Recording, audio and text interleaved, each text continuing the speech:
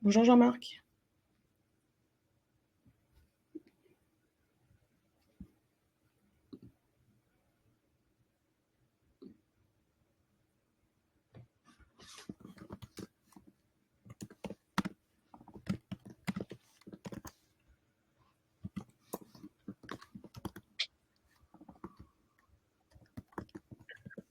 Bonjour, bonjour. Bonjour. Je ne sais pas si Jean-Marc nous entend. Jean-Marc, nous entends-tu?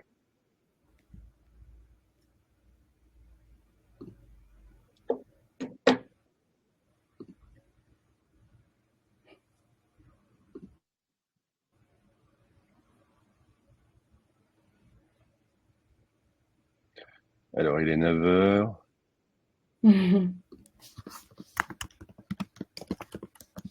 Combien avons-nous de participants? Alors, 11 pour l'instant. 11 participants, on attend 2 minutes et on démarre. Jean-Marc, est-ce que tu nous entends? Ah, c'est embêtant. Ah oui, nous ne t'entendons pas non plus.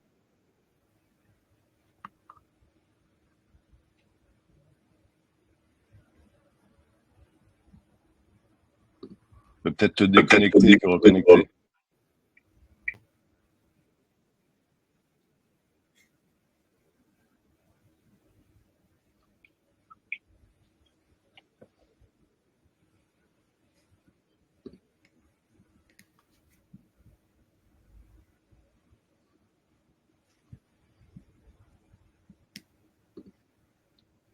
J'essaie de voir de mon côté.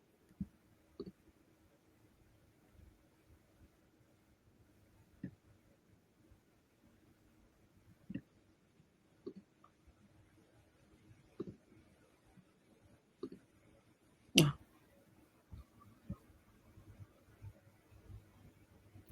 Les aléas du direct.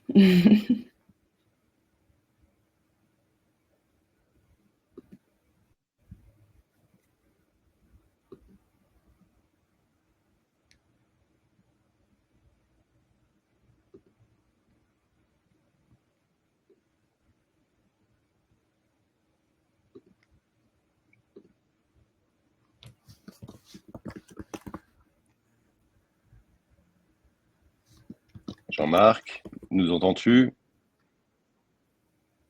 Ah, toujours pas. C'est très bizarre.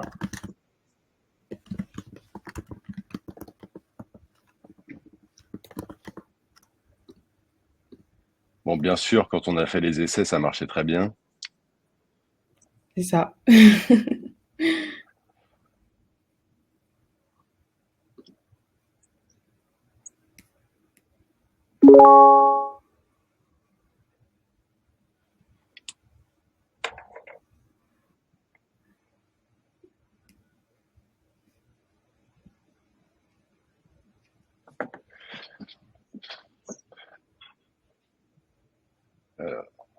Je reviens tout de suite. Je vais essayer d'aider Jean-Marc à régler son problème. Comme c'est lui qui présente ce matin, c'est mieux si on l'entend.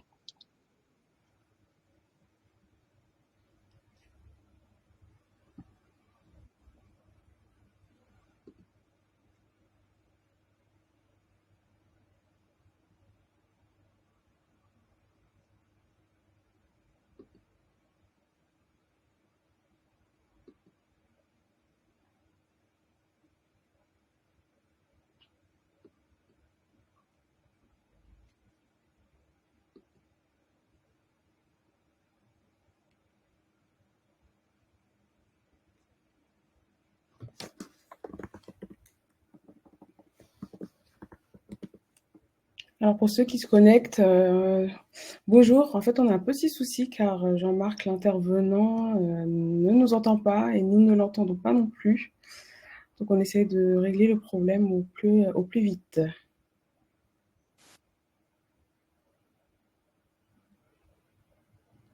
Non, Jean-Marc, on t'entend toujours pas. Essaye de regarder tes paramètres, peut-être. Est-ce que tu as autorisé le micro?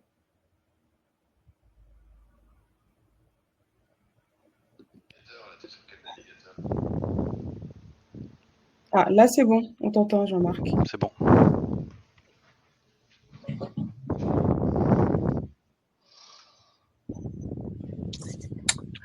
C'est bon, notre présentateur ce matin a récupéré le son.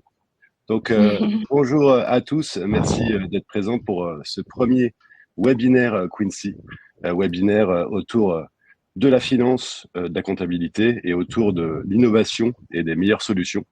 Voilà, qu'on va mettre en place maintenant régulièrement, tous les 2 mois dans un premier temps, puis tous les mois pour vous présenter des solutions innovantes et bien sûr des experts. Alors moi, je suis Frédéric Léger, je suis le cofondateur de Quincy. Quincy qui est une plateforme qui met en relation des consultants indépendants du monde de la finance et de la comptabilité avec des entreprises dans le cadre de missions de transition. Ce matin, nous accueillons donc Jean-Marc Alouette, qui est le dirigeant de Geoefficiency, qui est membre du groupe d'audit et de conseil BMA. Voilà, Geoefficiency, c'est une nouvelle solution, enfin une solution qui, comment dire, a évolué. Moi, je la connais bien parce que j'ai travaillé avec Jean-Marc dans le même cabinet en tant qu'associé pendant de nombreuses années. Voilà, Jean-Marc est un expert du contrôle et de la valorisation de la donnée comptable et il va nous présenter tout ce qu'on peut faire en matière de contrôle comptable, car comme on l'avait précisé dans l'invitation, c'est vraiment une mine d'or pour les directions financières et l'audit interne. Voilà, alors je vais donner la parole à Jean-Marc. Juste avant, pour vous préciser, donc vous avez accès à des questions. Il y a un petit onglet en bas. Et alors n'hésitez pas à les poser à l'écrit. Nous, on les posera directement à l'oral. On va faire ça de manière interactive. Donc n'hésitez pas. Voilà. Et il y a un petit chat aussi à côté. Mais posez plutôt vos questions dans l'onglet questions. Voilà, je laisse la parole à Jean-Marc. Bonjour à tous. Je fais un dernier test son, c'est bon, vous m'entendez? Oui. Très bien. Bonjour à tous, merci de m'accueillir. Je me présente très rapidement. Je suis le CEO d'une société qui s'appelle Sixfin, qui a été créée il y a moins d'1 an, qui est une filiale du cabinet BMA, mais avec une grande autonomie. Au sein du cabinet BMA, il y a quelques années, je les ai rejoints pour ce projet-là, pour développer un système d'analyse, d'investigation et de contrôle sur les flux comptables. L'activité marchant bien, on a décidé de créer une filiale euh, qui maintenant prend encore plus son envol après une petite levée de fonds qui nous permet de voir l'avenir avec une certaine sérénité. J'ai vu aussi qu'il y avait certaines personnes qui étaient dans la salle que je connais. Donc j'en profite pour les saluer personnellement et non nominativement. Ce que je vous propose, c'est de commencer la présentation dès maintenant. N'hésitez pas, si vous avez des questions, comme vous l'a indiqué Frédéric, pour les poser. Frédéric m'arrêtera pendant la présentation si effectivement c'est important que je réponde à ces questions-là. Ça ne me dérangera pas. Au contraire, ça montrera qu'il y a un certain intérêt pour ce que je dis, ce qui est toujours beaucoup plus motivant. La première partie de la présentation va être sous forme de slide, mais ça va aller vite. La seconde partie de la présentation va être sous forme de démonstration. Alors, très clairement, je ne suis pas là pour faire du commercial et avoir un carnet à souche derrière c'est pas du tout l'objet. Cependant, les outils que je connais le mieux, c'est les outils qui ont été développés au sein de ma filiale. Donc, c'est ceux que je vais utiliser pour illustration. Et si un jour vous voulez aller plus loin, à ce moment-là, n'hésitez pas à nous appeler, éventuellement à nous mettre en concurrence. Ça ne pose aucun problème, comme ça vous choisirez la solution qui vous convient le mieux au moment où vous êtes en train de la chercher. Je vais partager mon écran.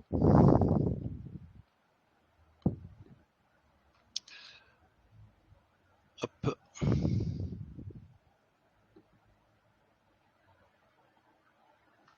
Est-ce que vous voyez bien la page d'accueil? Oui, a priori, ça a l'air d'être bon. Oui. Ouais. Ça Donc, fonctionne. Ok, parfait. Non, parce que vous savez, moi, la technologie. Donc, la comptabilité. La comptabilité, c'est clairement une mine d'or. Maintenant, encore faut-il pouvoir l'extraire et la raffiner. Vous savez, c'est un petit peu comme certaines mines d'or. On sait qu'il y a de l'or, mais c'est tellement compliqué d'aller le chercher, d'aller le tamiser, d'aller l'exploiter, que finalement on ne va pas le chercher parce que finalement ça coûte plus cher que l'or, que d'extraire l'or. Les technologies ont changé. Il y a beaucoup de choses qui ont changé dans notre terrain de jeu. Et ce qui était difficile avant est relativement facile maintenant, et donc ça devient rentable. Je m'explique. Les données, enfin ce que j'appelle l'or comptable, c'est quoi? C'est le grand livre comptable avec les données minimales, qu'on appelle donc le FEC en France. Assez simple, 18 champs, très basique, il manque pas mal d'informations, mais c'est quand même ce qui est utilisé par l'administration fiscale. Donc on a une matière première, un tronc commun, qu'on est capable de sortir d'à peu près n'importe quelle application comptable. Malheureusement, encore seulement qu'à peu près, il y en a certaines où c'est assez complexe de le faire. C'est aussi parfois complexe de le sortir pour des filiales françaises de groupes étrangers parce que c'est considéré comme un atypisme local, donc les efforts n'ont pas nécessairement été faits pour pouvoir le sortir comme il le faut. Donc ça se teste avant de le donner à l'administration fiscale. Et puis il y a certains logiciels qui ont du mal à le sortir en cours d'exercice. Donc ça, c'est un petit peu gênant. Au-delà du grand livre comptable, vous avez toutes les données comptables. Quand j'entends toutes les données comptables, ça peut être de rajouter, je ne sais pas, qui a passé l'écriture et quand. C'est basique, mais si vous voulez faire des analyses sur l'organisation et sur la production et sur votre production comptable, si vous avez un grand livre sans savoir qui l'a passé quand, ça va être compliqué pour en tirer des choses. Donc c'est important de pouvoir rajouter ces informations. Si je reprends le fichier des écritures comptables, c'est souvent ce qu'on appelle le FEC augmenté, où on rajoute quelques champs. C'est souvent aussi ce qui vous est demandé maintenant par des cabinets de commissariat aux comptes. Donc ça, c'est une matière aussi relativement homogène. On peut rajouter encore d'autres choses, on peut rajouter les informations péricomptables. Qu'est-ce que j'entends par information péricomptable? Ça peut être beaucoup plus de détails, par exemple, sur la Bastière, ou ça peut être les numéros de commande, ou ça peut être... Donc finalement, on est en train de remonter s'étendre soit sur des tables de référence autour, comme je le disais, les fournisseurs, les clients, ou alors on est en train de remonter aussi sur des cycles avec les numéros de commande. Donc ça, on appelle ça information péricomptable, mais c'est dès qu'on commence à remonter un petit peu sur les cycles. Je poursuis. On peut aussi récupérer des informations qui sont externes à l'entreprise. Qu'est-ce que j'entends par là? Nous, par exemple, avec la solution Geoficiency qui se concentre véritablement, qui au début s'est concentré sur, et là vous voyez l'historique en fait, hein, c'est ce qu'on a fait, on a étendu de plus en plus notre champ d'action. Pour les informations externes, on a par exemple un partenariat avec Altares ou avec une autre société qui s'appelle SysID. Altares, c'est le représentant en France et dans pas mal de pays européens de Dun & Bradstreet, et il dispose d'informations permettant de coter comme étant à risque ou pas certaines sociétés. Et ça un peu partout dans le monde. C'est une information intéressante. C'est pas une information comptable, mais c'est une information intéressante quand on travaille sur la comptabilité. Autre chose, SysID, c'est le WISE des règlements. Eux, ils travaillent sur identifier les couples à risque tiers IBAN. Alors, tiens, c'est bizarre en général parmi nos clients quand ce tiers-là est payé, c'est pas cette IBAN-là qu'on utilise. Donc ça, c'est pas des informations que vous avez nécessairement dans votre système, ce sont des informations vraiment externes à l'entreprise. Et il y a de plus en plus de sources d'informations qui peuvent être utiles pour alimenter beaucoup plus vos analyses. Tout ça, ça vaut de l'or. Ça vaut de l'or pour faire du contrôle, mais comme vous allez le voir, ça vaut de l'or aussi pour être efficace. Donc alors vous avez des besoins multiples. On a parlé de l'efficacité, mais je vais revenir d'abord sur la partie qui est à droite, sur les exigences externes. Comme vous allez le voir, il y en a de plus en plus, énormément, pas que pour les grands groupes, aussi pour les petites entreprises, et qui ont souvent d'ailleurs moins de moyens à mettre en face, avec des exigences qui parfois peuvent être à peu près du même niveau. Donc, ça veut dire quoi? Ça veut dire qu'on a le choix entre soit que ça ait un impact plus important sur vos finances, le fait d'investir là-dedans, soit faire des impasses avec les risques qu'il y a derrière, soit mettre en place des dispositifs qui donnent l'impression qu'on a coché la case. Alors pour moi, c'est la pire des choses parce que là, vous partez d'une situation où vous avez conscience d'un risque et vous avez un peu de budget, à une situation où vous avez moins de budget et vous pensez que le risque est couvert.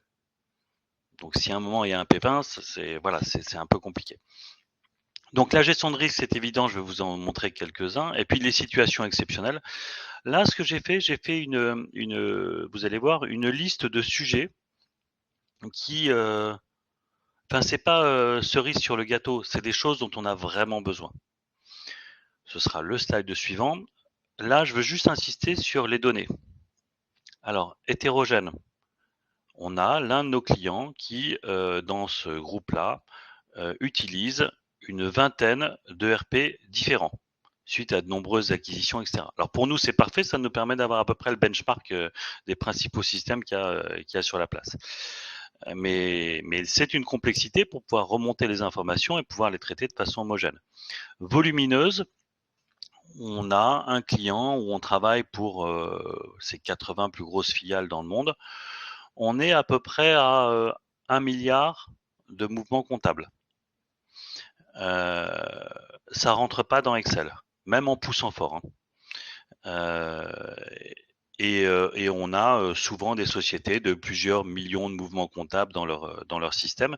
Donc bien évidemment, ça demande des outils un peu spécifiques. Et complexe, pourquoi je dis complexe?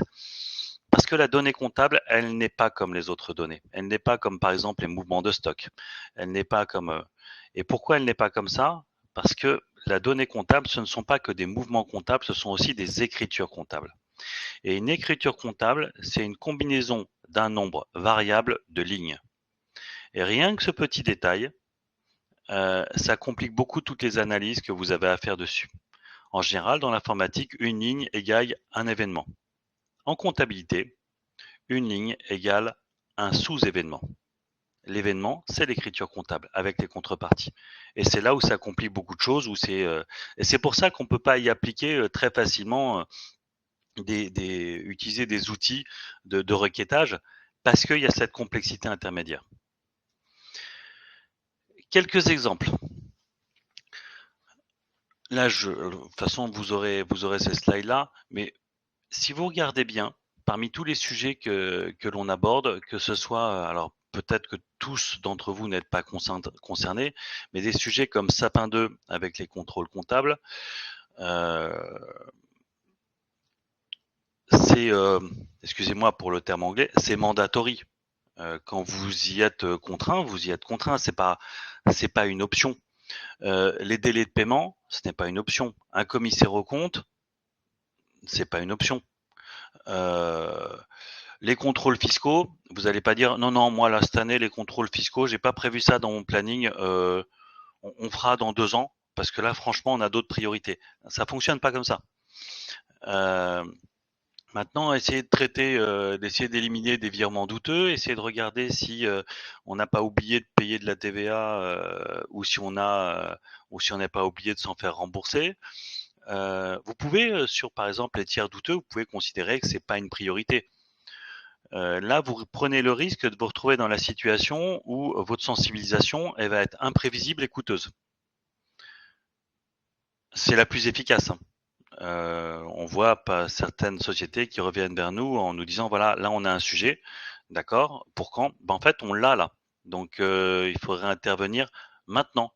Donc dans ces cas-là, je vous garantis qu'on intervient. On n'a pas encore le bon de commande, on n'a pas fait tout le cycle, on n'a pas fait ces C'est limite si on devrait pas installer, vous savez, les barres de pompiers pour descendre directement, parce que voilà, on lâche tout et on y va. Je vais aller sur un autre petit terme qui peut vous surprendre, c'est celui qui est marqué à côté. Alors, je sais pas si on voit ma souris quand je la bouge, je suis pas sûr. Si? Non. Non. Ok, donc légèrement sur, on va dire à 8 heures. Dissuasion. C'est bien de pouvoir lutter et de pouvoir détecter les choses lorsqu'elles sont arrivées. Mais c'est bien aussi de faire en sorte qu'elles aient moins de chances d'arriver. Et ce qu'on s'est rendu compte avec une solution comme GeoEfficiency, c'est qu'elle avait un côté, alors je vais utiliser un synonyme de dissuasion, incitatif au respect de la bonne pratique. C'est dissuasion dit poliment. Parce qu'à partir du moment où vous avez mis en place un système qui regarde un petit peu tout, le sentiment d'impunité ou de toute façon je peux faire ce que je veux, on verra rien, disparaît. Et donc ça a un effet immédiat sur la qualité comptable, mais ça a aussi un effet immédiat sur je fais pas, j'évite la créativité comptable, voire la créativité comptable rentable. Migration de système. Alors là, je continue à tourner dans le sens des aiguilles d'une montre. Migration de système comptable. Là, on a effectivement un client qui nous dit, ben voilà, on a des pratiques qui nous plaisent pas trop dans ce qu'on fait. Dans 2 ans, on va passer sur SAP. On n'a pas envie de développer des tableaux de bord ou ou des, euh, ou des contrôles sur le système qu'on va abandonner. Est-ce que vous pouvez nous aider? Oui, mais on peut peut-être faire mieux. On peut peut-être faire aussi un diagnostic et la liste des choses ou des pratiques comptables que vous n'aimez pas, de façon un peu exhaustive, de façon à ce que ça puisse être utilisé dans votre cahier des charges pour le système que vous allez mettre en place. Et là, vous allez répondre effectivement à ces exigences, soit par du paramétrage dans le système, soit par l'adaptation de vos procédures. Mais c'est quand même mieux de s'améliorer quand on sait à quel endroit ça ne va pas. Jean-Marc, j'ai une Oui, question. Alors, c'est pas un de nos participants, c'est moi qui ai une question. Oui, quand, par exemple, tu mets en place un système de contrôle de la donnée comptable et qui est, on va dire, diligenté ou demandé par l'audit interne, est-ce que dans ta pratique et dans les groupes, ils communiquent sur le fait qu'ils ont mis en place un système de contrôle à l'ensemble des équipes comptables du groupe ou ils le font sans leur dire? ça dépend. En général, on le dit. D'accord. Si on le fait sans le dire au début, c'est parce qu'il y a un doute, il y a un problème, il y a un souci et on a envie Oui, potentiellement d'intervenir. une fraude. On est dans une gestion de crise, on est dans une gestion de fraude. D'accord. Mais tu vois, Frédéric, quand tu es sur l'autoroute, le fait de dire attention, bientôt il y a un radar, ça a un impact sur la vitesse. Oui, C'est la même chose. d'accord. C'est la même Une chose. métaphore intéressante. Euh, ouais, moi j'aime bien conduire. Je vais sur circuit pour conduire vite parce qu'il n'y a pas de radar. Mais, mais voilà, c'est pas la peine d'attendre qu'il y a des problèmes pour les traiter. Donc le fait de communiquer, le fait de marketer sur le fait qu'on a mis en place des dispositifs, c'est incitatif au respect de la bonne pratique et pas qu'en lutte antifraude, aussi en règlement. On a eu l'un de nos clients qui a dit, écoutez, moi je veux mettre en place des indicateurs sur les délais de paiement et je veux rajouter un côté analytique qui est quels sont les départements enfin les départements qui ont acheté des prestations pour lesquelles on a les délais de paiement les plus longs. En clair, on a envie d'identifier les factures ventouses. Vous savez, c'est la facture qui reste sur le bureau pendant longtemps et puis qui descend à la comptabilité tellement tardivement que c'est difficile de payer à temps une facture qui est déjà échue. Et ça, on a eu le cas dans un groupe où ils ont expliqué qu'ils allaient mettre ça en place avec des pénalités internes. Bon, finalement, il n'y a pas eu besoin. D'accord. La prévention. Voilà, il n'y a pas eu les pénalités internes, mais le dispositif a été mis en place. Ok. J'insiste un tout petit peu sur les acquisitions. Quand vous faites une acquisition, vous allez dépenser quelques millions d'euros, quelques dizaines de millions d'euros, voire plus. Et je vais prendre le parallèle avec les équipes de foot. Quand vous achetez un joueur, vous allez payer quelques millions, quelques dizaines de millions d'euros, voire plus. Vous savez comment il joue, vous avez fait toute l'étude, vous avez même envoyé des personnes pour étudier son jeu et tout ça. C'est lui que vous voulez. Avant de le faire signer, vous faites une visite médicale. Toujours. Finalement, avec les systèmes, enfin le système que je vous montre, mais comme vous l'avez compris, il y en a d'autres, c'est la visite médicale comptable. Ça vaut quasiment rien par rapport au budget de l'opération et c'est, selon moi, indispensable et ça va faire en partie changer le métier du M&A parce que il y a souvent un manque de coordination entre le département contrôle interne et le département M&A. En fait, la gestion des risques considère que ça devient dans sa partie une fois que ça a été acheté. Alors que du côté M&A, on va plutôt faire de l'évaluation, etc. Pourquoi? Parce que faire de la manutention sur les données comptables, c'est extrêmement complexe, c'est long. Mais imaginez que ça ne le soit pas. Nous, on intervient sur des opérations de fusion-acquisition. On nous fournit les données, moins de 24 heures après, je vous montrerai ce qu'on en a fait. Il arrive même des fois que les clients disent ouais c'est super là ce qu'on a vu sur la société qu'on voudrait acquérir. En fait, en y réfléchissant, ce serait peut-être bien qu'on ait ces tableaux de bord aussi nous en interne. Donc ça vous donne une idée à quelle vitesse ça peut aller. Ça veut dire que oui, vous êtes sollicité durant la phase de due diligence pour aller Oui, plus loin dans la donnée comptable quand vous avez quand la on y a chance de accès. pouvoir accès voilà, à cette Quand on y donnée a qui est accès, potentiellement pas voilà. toujours dans la data room. Ouais. Mais le fait de ne pas y avoir accès est une information Oui, aussi, déjà en soi c'est vrai. et peut permettre de mettre les bémols qui vont bien, etc. Puis ça permet aussi de préparer à l'intégration comptable. On sait quel va être le chantier. Ça peut même être un levier de négociation dans le prix en disant bon, on a vu votre comptabilité, ben, c'est bien, va y avoir du boulot. Hein. C'est un peu comme quand vous achetez une voiture. Bon, on a regardé là, mais les freins ils freinent plus, hein, donc on négocie le prix. Et je peux vous garantir que je l'ai vu. Là, en termes de ROI, on n'essaie pas d'atteindre le ROI. On regarde quel est le multiple immédiatement.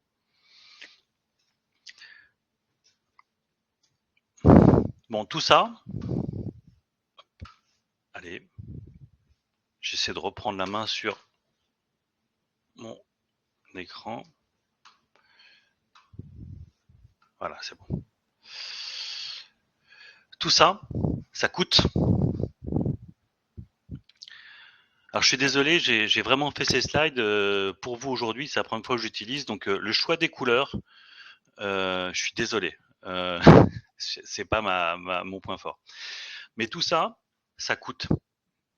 Si vous devez faire ces efforts, et c'est ce qu'on va nous mettre en avant, c'est faites la liste de combien ça vous coûte de mettre en place toutes ces requêtes, de mettre en place tous ces systèmes, de répondre à tout ça. Combien ça coûte? Si vous ne le faites pas parce que ça coûte trop cher, etc., ou si vous le faites de façon non coordonnée, je vous ai donné la liste des choses que nous on observe. Les coûts, le temps passé, le manque de coordination, finalement ça ne va pas le faire. Oui, tiens, on a absolument besoin de ce contrôle-là. On va regarder avec la DSI. Bon, bah c'est bon, il n'y a pas de problème. Ils nous ont dit que dans 18 mois, ils pourraient commencer à lancer le truc. Ça ne le fait pas, quoi. Si vous mettez en place, soit en interne, soit en externe, ça c'est un choix à faire à vous. Si vous le développez en interne, c'est possible. La mise en place d'une solution globale d'analyse et de visualisation, ça vous coûte significativement moins cher.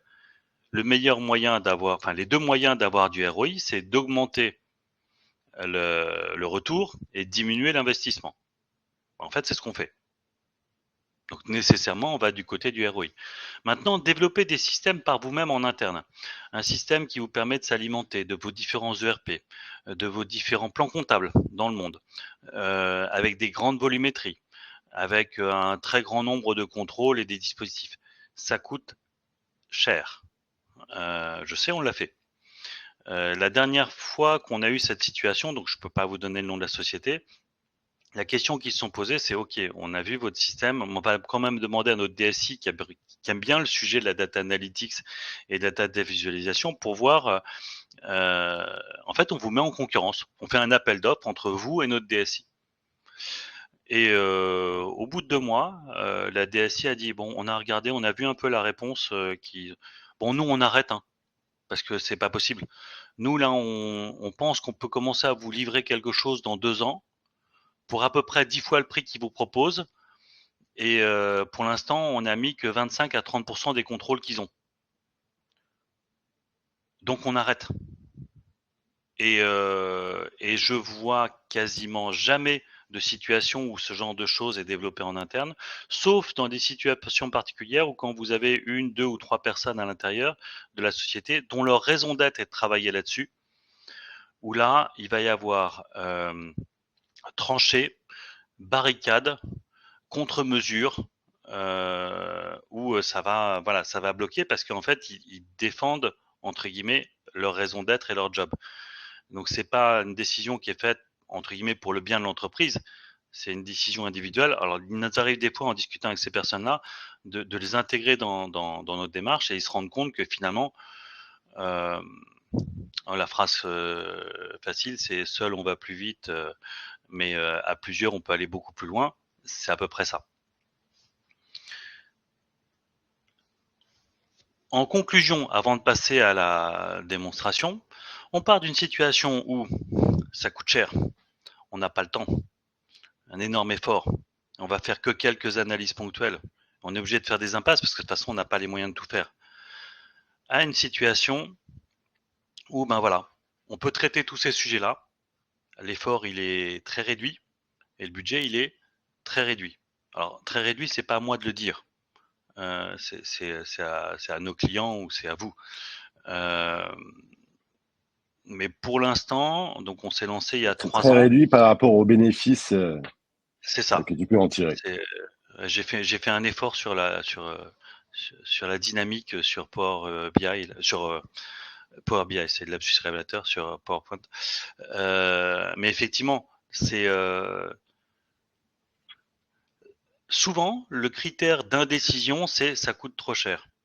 Et nous, on veut que le prix ne soit pas un critère d'indécision, mais soit un critère de décision. C'est-à-dire que ça me rapporte. Et ça permet effectivement de répondre, alors ça c'est aussi important, c'est qui va utiliser ce genre de système dans l'entreprise? Eh bien, les directions comptables et financières, la direction fiscale, l'audit et le contrôle interne, le M&A, la compliance et l'anticorruption. On a même des fonds qui sont venus vers nous pour voir comment ils pouvaient inciter leur participation à l'utiliser, parce qu'ils ne veulent pas faire acte de gestion. Mais finalement, on a une seule matière première. Donc, c'est pas la peine de faire des outils différents pour chacune de ces personnes. Quand vous regardez comment fonctionne une clinique ou un hôpital, vous avez des départements médicaux. Il y a ceux qui s'occupent de la tête, des bras, des pieds, du ventre, des poumons et du cœur. Enfin, c'est des départements différents. Vous avez combien de départements de radiologie dans l'hôpital?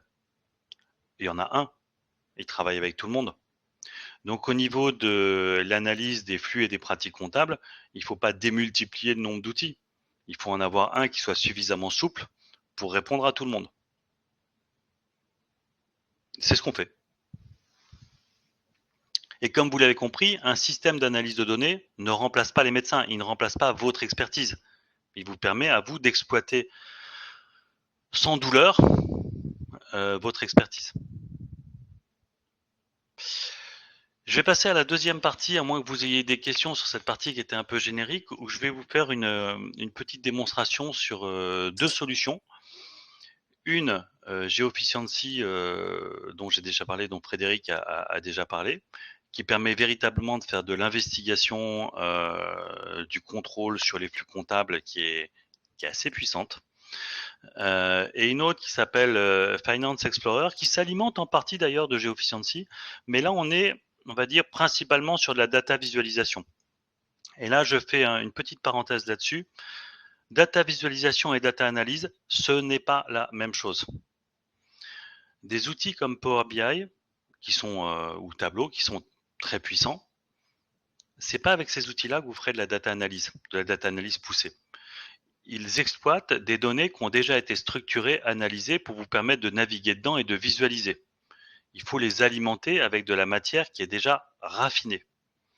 Les outils de data analyse, eux, ils sont capables d'aller faire énormément de contrôle et de traitement sur les données et de les raffiner.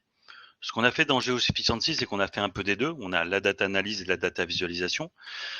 Mais pour la data visualisation véritablement spécifique que voulaient certains de nos clients, on a rajouté, pour ceux qui le souhaitaient, une couche de spécifique qui s'appelle Finance Explorer.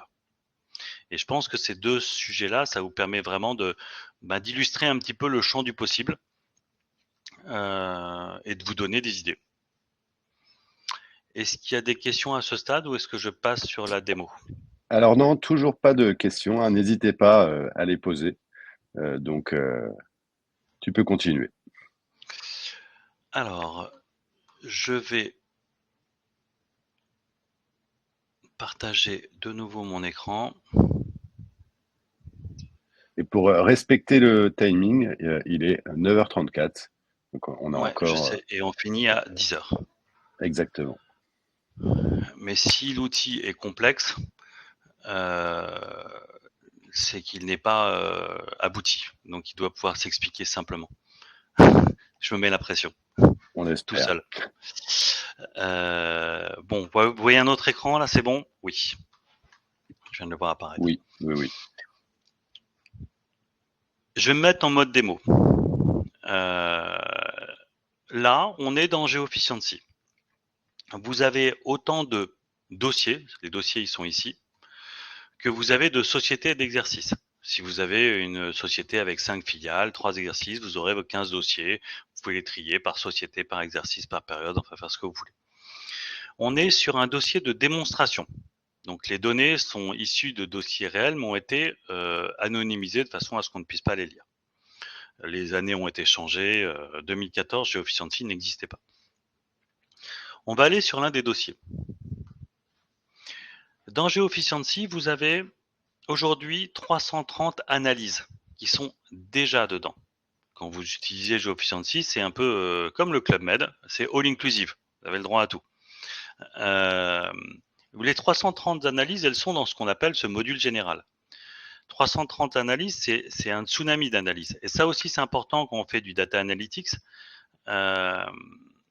Il faut, on peut mettre des contrôles, mais il faut les exploiter derrière. Ça sert à rien de mettre des caméras avec personne derrière. Donc il faut choisir.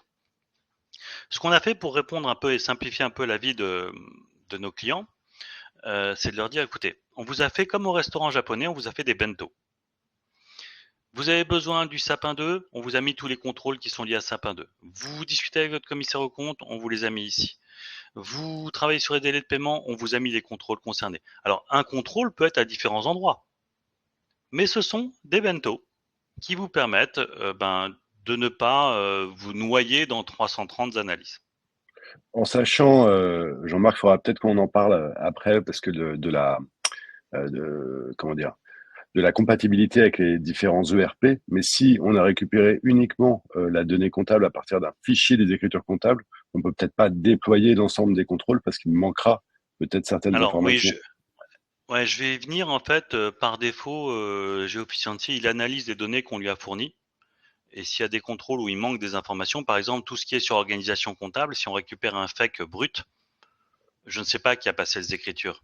Oui, Donc je ne voilà. pourrais pas vous dire quelles sont les écritures qui ont été passées par des utilisateurs en dehors de la fonction comptable. C'est pas possible.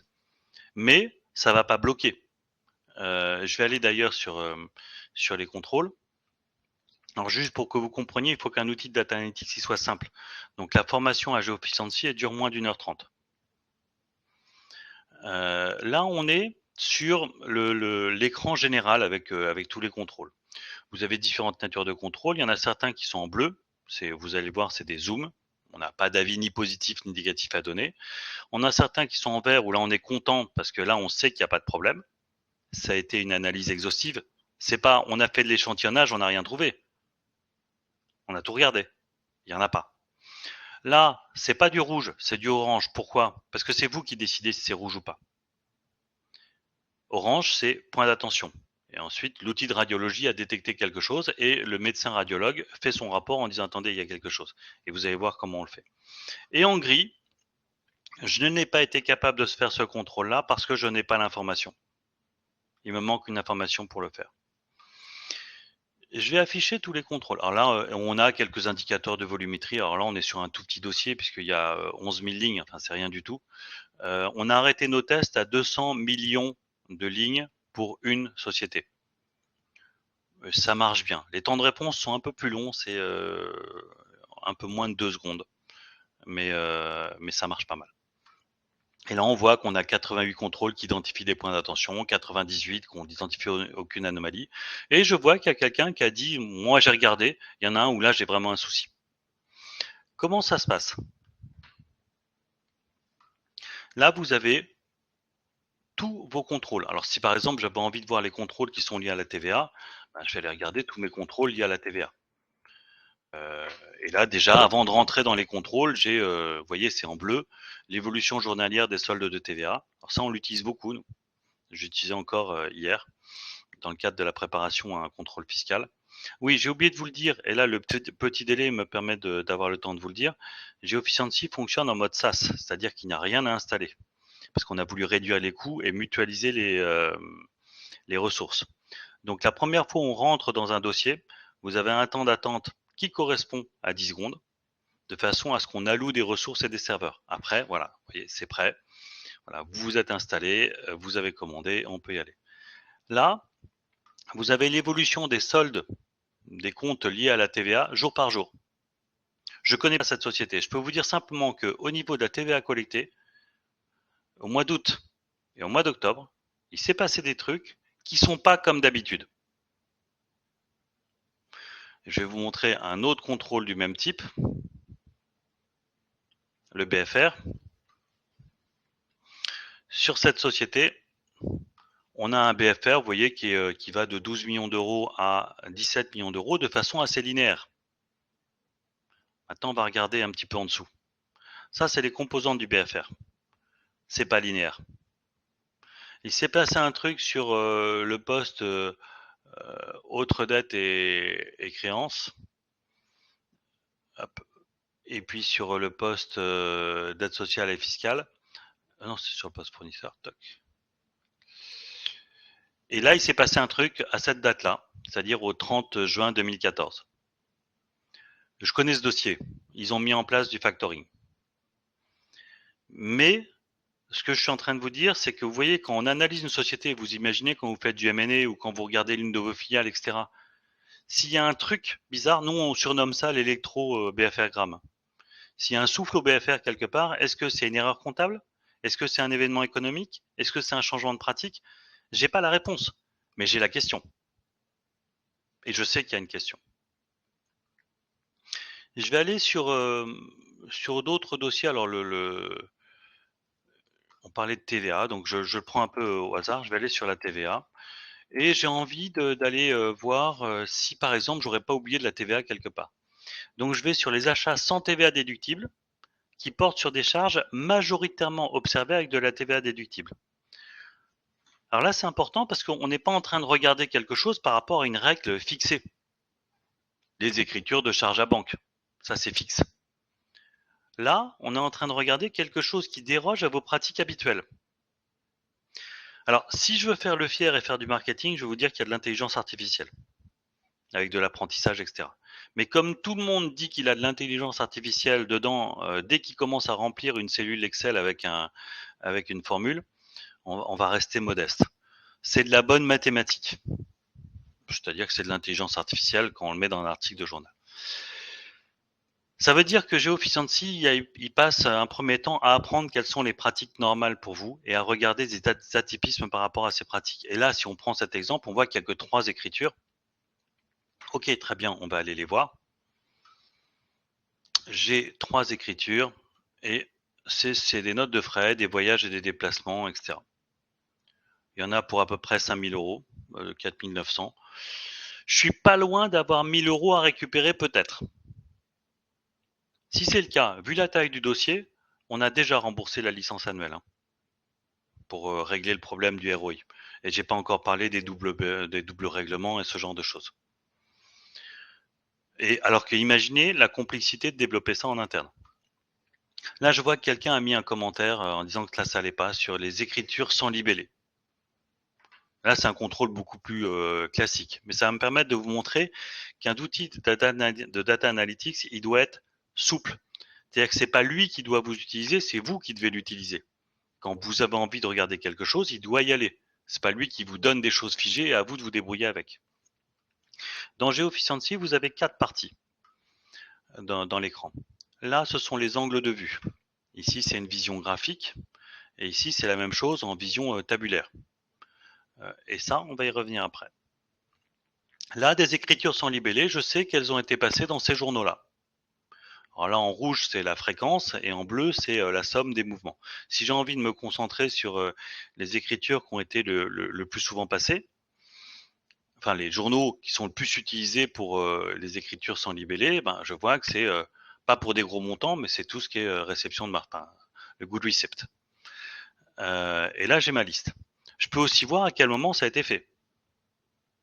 Ces analyses, vous les avez pour tous les contrôles, pour les 330 contrôles. Donc, ça vous permet, quand vous regardez quelque chose, un peu comme une loupe, vous regardez l'angle de vue qui vous intéresse. Et là, je vois que ça s'est fait à peu près tout au long de l'année. Bon, il y a eu sans doute des écritures un peu avec des mouvements importants à cet endroit-là, mais ça s'est fait un peu tout au long de l'année.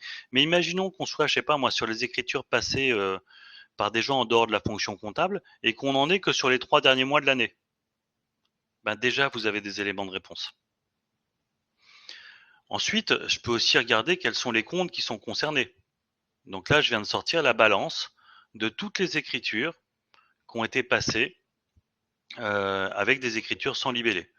Donc vous voyez, c'est un autre angle de vue, mais il faut prendre celui dont vous avez besoin. Il y a 706 écritures, mais elles ont été passées sur 179 schémas comptables différents. Donc on va les trier par...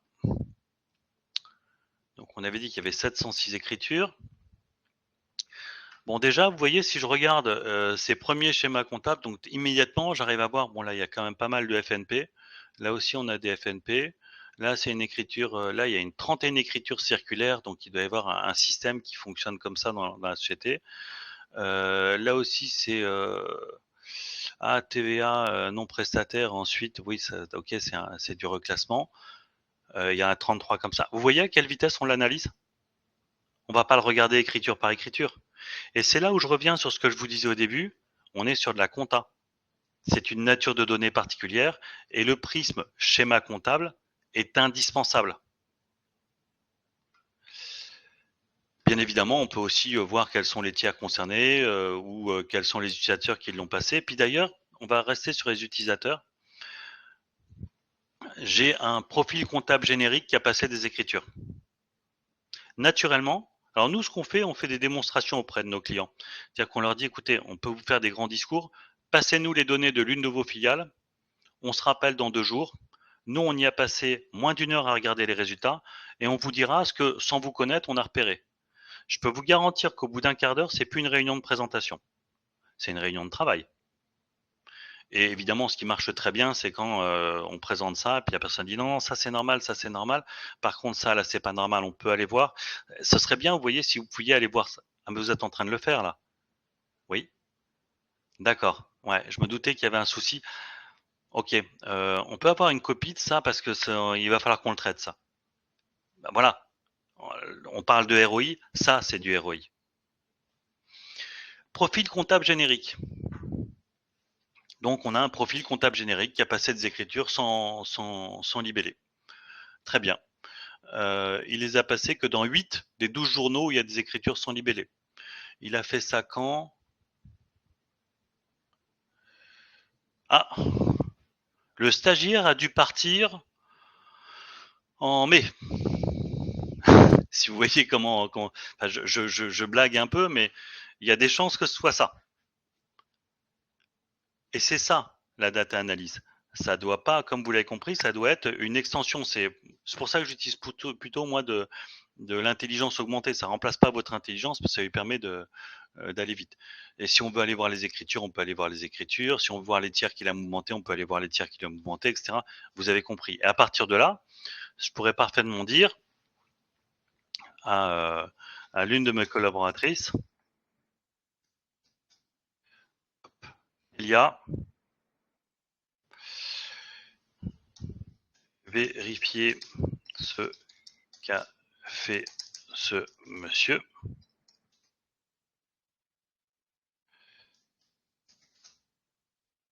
Voilà. Et alors, on pourrait faire un export tel chez les résultats pour attacher une pièce jointe, etc. Non, faisons plus simple. J'ai fait associer la vue actuelle au commentaire.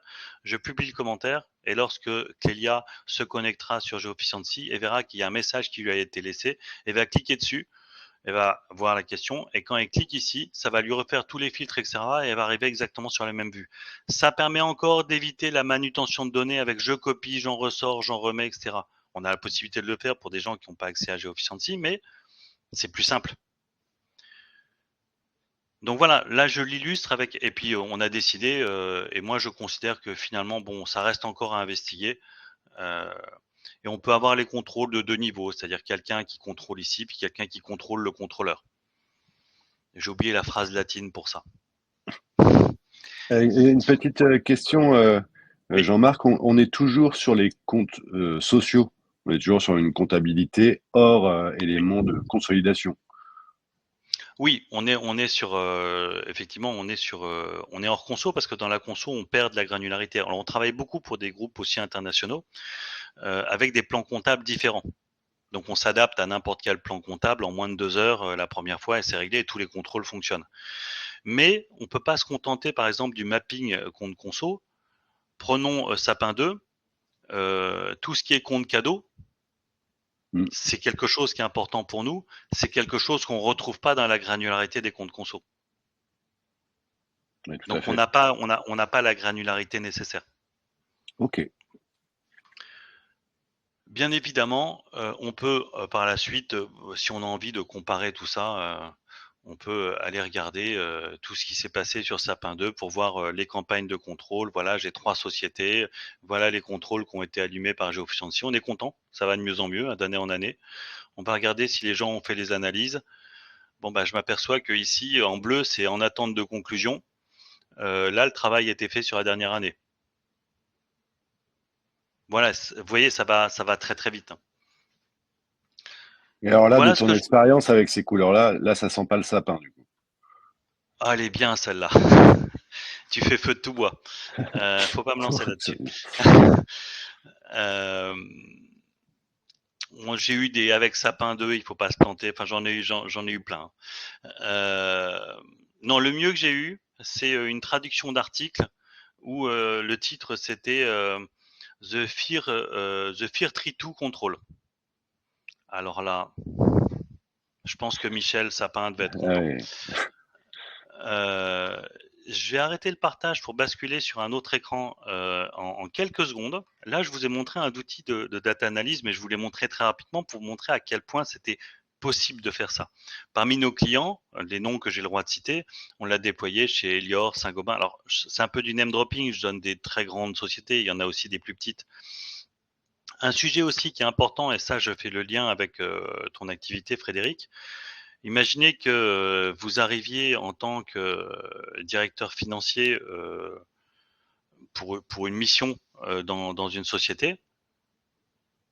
Ben, ça peut être pas mal quand même de faire un état des lieux en quelques minutes, plutôt que de découvrir les choses longtemps après. Parce que si vous les découvrez longtemps après, c'est plus des problèmes que vous avez découverts, c'est des problèmes dont vous êtes responsable parce que c'est devenu les vôtres. Alors que si vous les découvrez au début, eh bien, vous avez fait votre comment ça s'appelle quand on loue un appartement là? On fait l'état des lieux d'entrée. Mm. Euh, ça permet d'être un peu moins responsable de la casse qu'on pourrait découvrir dedans. Euh, Et on peut, en tant qu'utilisateur de votre solution, on peut intégrer nous-mêmes la solution ou on fait appel à vous pour l'intégrer? alors, elle fonctionne en mode SaaS. Donc, la première fois, il y a un tout petit peu de paramétrage au début où faut qu'on vous ouvre un espace, voilà. Mais à partir de, on a des clients qui intègrent les données par eux-mêmes et à partir de dans quelques semaines, toute la gestion des accès, nos clients pourront la faire par eux-mêmes. D'accord. Et c'est du multilingue, enfin c'est voilà, je Et voulais la, pas et aller la beaucoup donnée plus loin. ne circule pas aux États-Unis. Absolument pas. Les données, elles sont en France, elles sont hors juridiction américaine, Parfait. pour faire clair. On pourrait pas travailler avec les sociétés dont j'ai parlé, Et oui. si on n'avait pas ce genre de choses. Je vais repartager mon écran.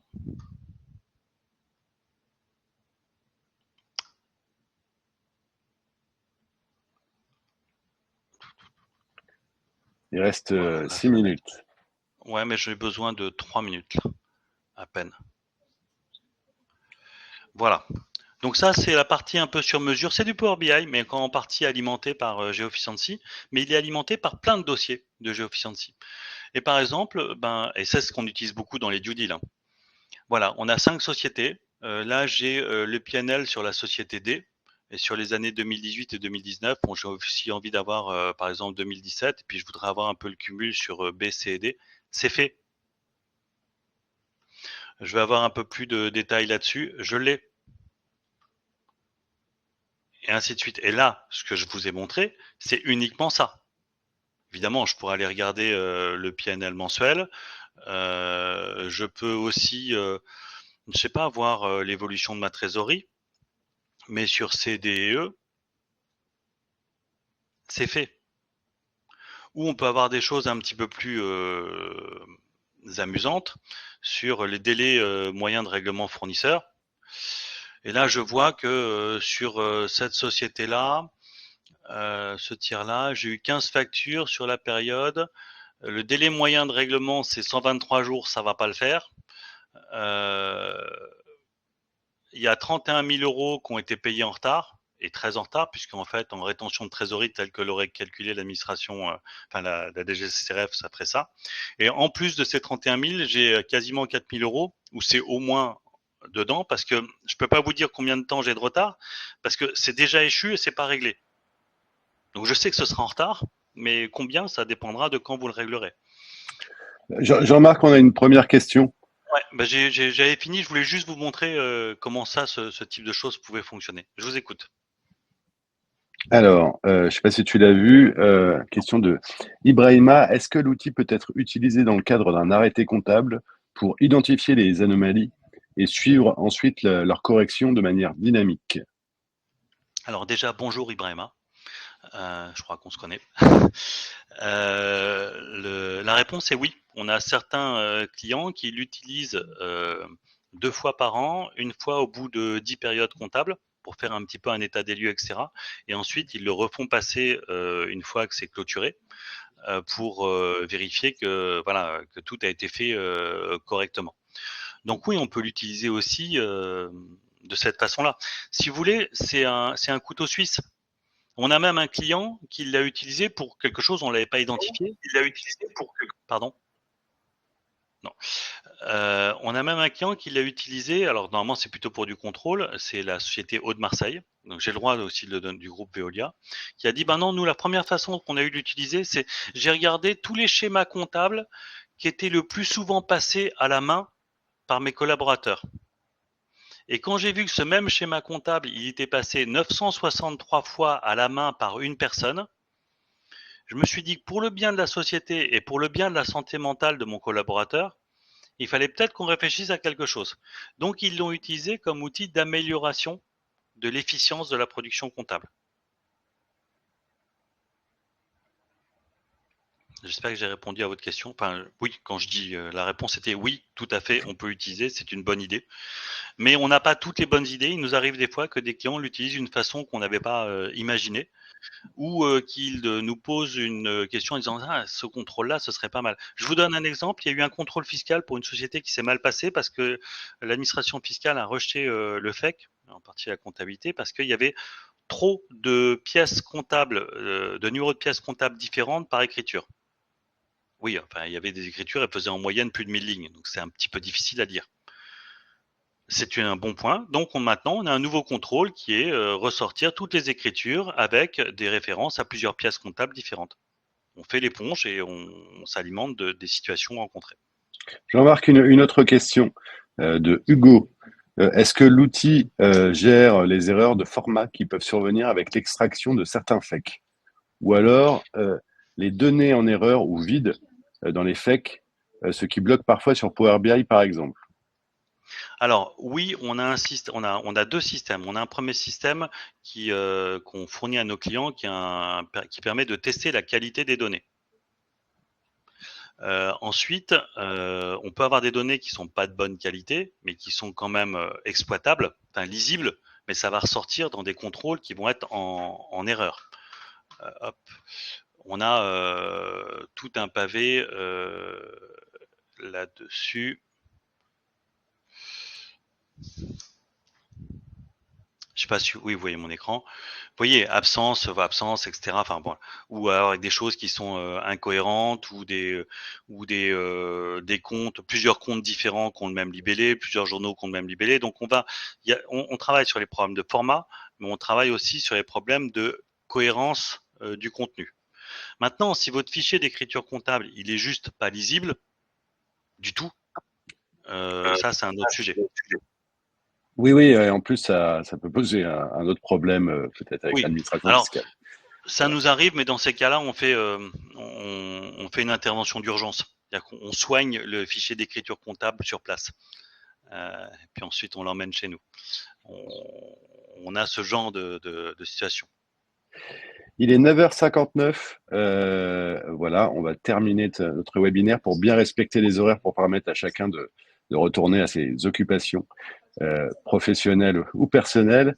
Merci beaucoup à tous d'avoir été présents, d'avoir écouté attentivement Jean-Marc. Moi, je suis très content parce que à travers ton exposé, Jean-Marc, on voit qu'on peut vraiment valoriser la donnée comptable et donc qui est effectivement une mine d'or. Hein, on revient à l'introduction. Et puis, automatiser l'ensemble des process, ça ne veut pas dire supprimer l'humain.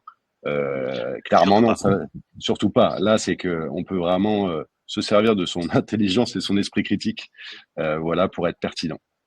Oui, vas-y, Frédéric, Jean-Marc. avant que tu fasses la dernière phrase, je vais faire ma dernière phrase. Moi, j'espère simplement à travers cette petite présentation que j'ai fait passer 2 messages. Attention à l'intelligence artificielle qui remplacerait tout le monde, c'est pas vrai. Intelligence augmentée, ça vous permet de mieux travailler avec vos compétences. Ça, c'est vraiment le premier point. Et mon objectif aujourd'hui, c'était que pour ceux d'entre vous qui vous posiez la question de est-ce que j'en ai besoin, j'espère qu'on est arrivé à est-ce qu'on peut s'en passer. C'est ça. Merci Jean-Marc pour ce mot de la fin. À bientôt à tout le monde pour d'autres webinaires à venir voilà, dans les semaines. Et merci pour vos messages.